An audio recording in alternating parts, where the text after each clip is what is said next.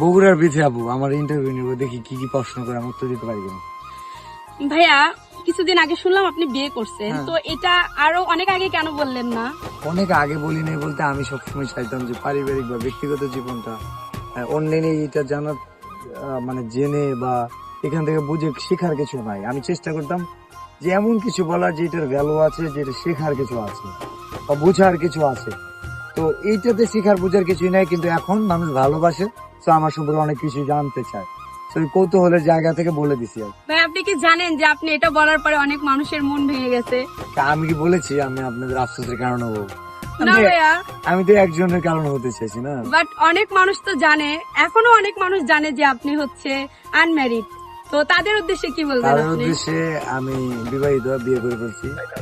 আর বউ খুব প্যারা দেয়, বলতে মরে যাওয়ার পরে বিয়ে করতে নিষেধ করে। তাইলে আর কি করবো? ঠিক আছে, ঠিক আছে এটা ভাইয়া, বলেই দিলাম।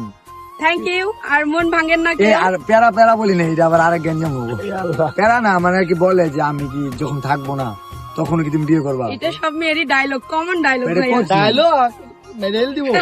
কিন্তু শিও না, মনে হয় করতেও পারি।